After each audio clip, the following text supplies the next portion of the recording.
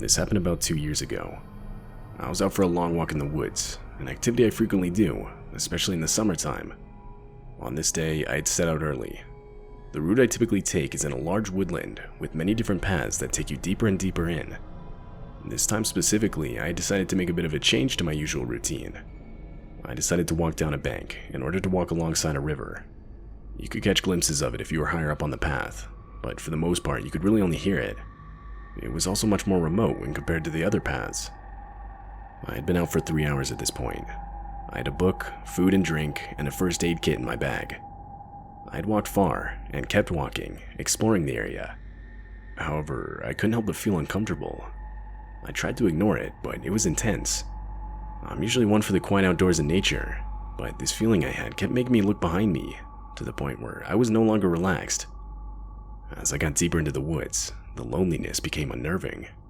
I figured I was just scaring myself and tried not to play into it. That's when a cloaked figure with gloves on ran out in front of me. I instantly jumped and felt extremely alarmed. The figure had a mask on, a crow's mask, like think a plague doctor mask. I wanted to run, and everything inside me was telling me to run, but for whatever reason, I really wanted to seem like I wasn't bothered, and that the figure had failed to cause much of a reaction. So I awkwardly said, Okay, good one. I'll be on my way now. The figure didn't say anything. Rather, it began tilting its head as I walked around it and continued down the path. It was just standing there, watching me. I was extremely creeped out. Once I walked past it, I just kept walking, feeling shaken, but trying not to let it show. I was nervous to look back, but eventually I did. The creepy figure was stood in the same place, still watching me walk away. He, or possibly she, gave me a wave, but not a friendly one, just a sinister one. I don't really know how to explain it, but it was slow and felt threatening. I was stupid at this point. I felt far enough away from the figure, so I flipped at the bird, a choice I instantly regretted. The figure went from standing and waving to a full-on unhinged run in my direction. I, at this point, didn't stick around and legged it out of there. The figure was making intense, loud, and almost demonic noises as it chased me. I honestly thought I was going to die. But it all came to an end when I managed to outrun this freak and made it up onto an open footpath where I was reunited with joggers and dog walkers. I was stuck in this nervous state, but still so beyond happy to see other people. I tried to make as many of them aware as I could, and the whole situation was ultimately reported. I got home safely by catching a bus into town. They were rare on that side of the county, but I managed, thankfully. I felt lucky, yet really detached and uncomfortable. The area was investigated by police, but it was so deep in the woods, I don't know how much they covered.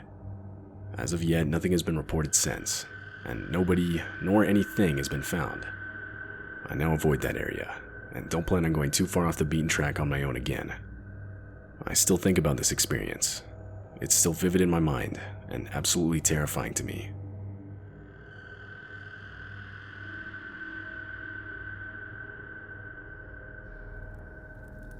This happened years ago, when I was 21.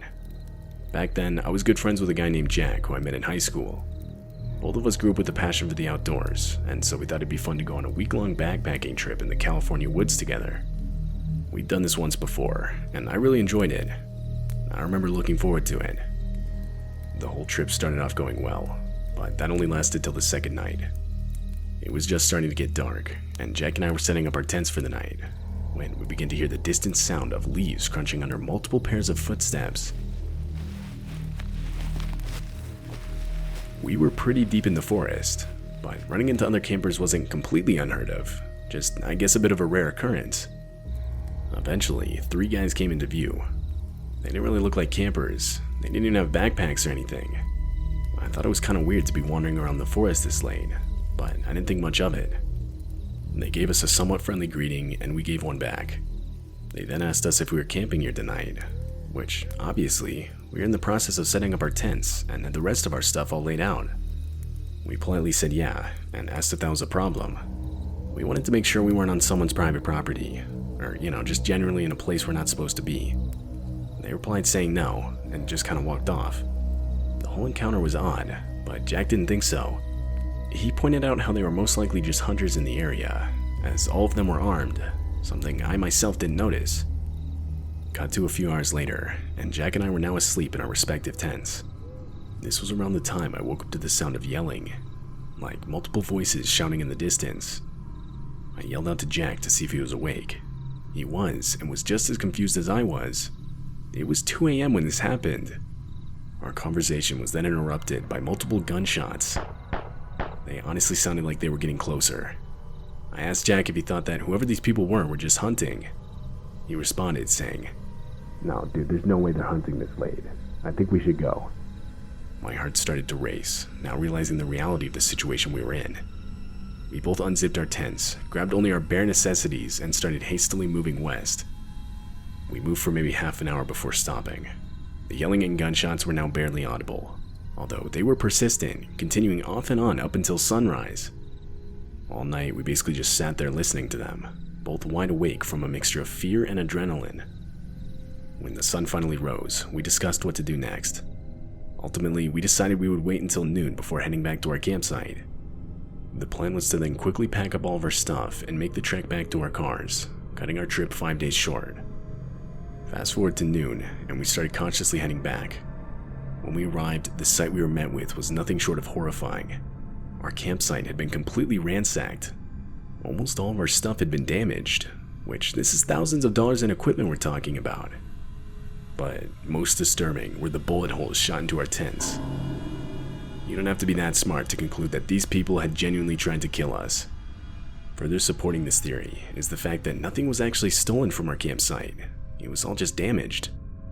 Though, as far as who did this, we don't know. The only people we can really pin as suspects are the 3 people that walked up to us as we were building our tents. But this begs the question, why? Why would they do this? The whole experience has left us with more questions than answers. Nothing about it makes much sense, but I know I myself just feel lucky to be alive. In the end, we ended up quickly salvaging all the equipment we could, and made the trek back to our cars. Nowadays, I don't camp nearly as much as I used to.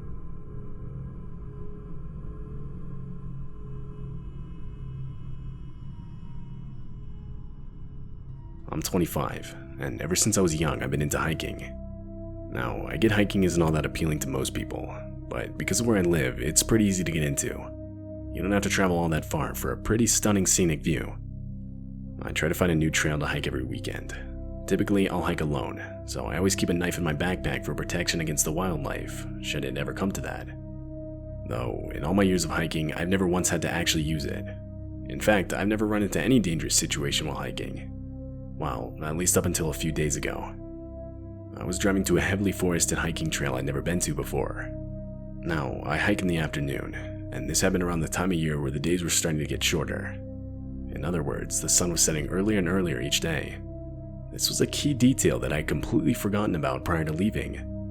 Only after I started driving to the place did I realize it would be completely dark outside before I would even be able to finish my hike. A decision I still regret making is deciding to do the hike anyway. I got a bad feeling about it right when I started. Fast forward a few hours, and I was now about 85% finished with the route I picked out. By this point, it was almost completely dark. I had a flashlight, but still, the whole scene was pretty eerie. This portion of the trail was deep in the forest. It was so dense with trees that the moonlight could barely even find its way through. Don't get me wrong, beautiful scenery in the day, but alone at night, nothing short of disturbing.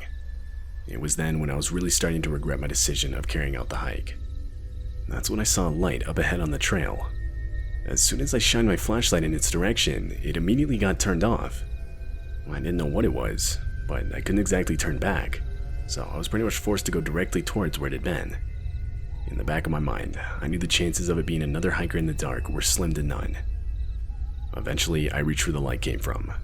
There was no one. Instead, there was a large duffel bag lying on the ground.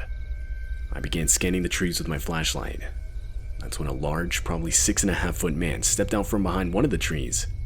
My body completely froze up. There I stood like a deer in headlights, shining my light on the guy. He then slowly revealed a machete from behind his back. Seeing this, I started running for my life down the trail and in the direction of my car. I looked behind me and the guy was chasing me. I dropped my backpack so I could run faster. When I finally reached a clearing in the forest and could see my car, still sprinting, I grabbed my keys from my pocket and unlocked it. I got inside, locked the doors, and had the engine on in less than 5 seconds. However, the guy was still behind me and was able to completely slash one of my back tires before I could drive off. I drove on an almost completely flat tire for the next 5 miles back to my house. Right as I pulled into my driveway, I called the police and reported the man. Although, I have no idea if he was found. Quite frankly, I have no idea if the police even searched for him. A part of me wants to go back to retrieve my backpack, which contains hundreds of dollars in equipment, but there's no way I can bring myself to do it. Plus, there's no guarantee it's still even there. For all I know, the guy went back and took it. I still don't know what I stumbled upon that night. This was by far the scariest experience I've ever had, and the closest I've ever felt to death.